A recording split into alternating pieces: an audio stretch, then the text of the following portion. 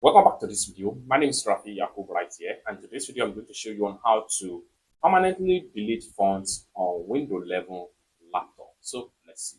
Alright, so the very first thing you want to do is to simply come down below right here and make sure you click on your start bar. After you click on your start bar, this is going to pop up. Next thing you need to do is to simply navigate to settings. So click on settings, and this is going to open up. Next thing you need to do is to simply go to personalization, click on that, take you right here. Next thing you need to do is to simply navigate to fonts. Take you right here. Next thing you need to do is to simply scroll down and check the particular font you want to permanently delete on your Windows laptop. So once you see the one that you want to simply delete, what you need to do is to simply select it. So let's, for instance, I want to simply delete this particular font right here. So select on the font and it takes you right here.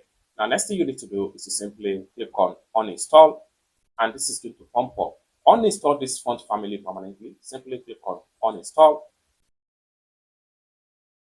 and the font has been uninstalled and permanently deleted on my PC. So let's quickly go back to the home page right here. So by the time I scroll down and look for the font again, you see that the font will no longer be here, just like what you see right here. It's as simple as that. So basically, this is how to permanently delete font on Windows 11 laptop.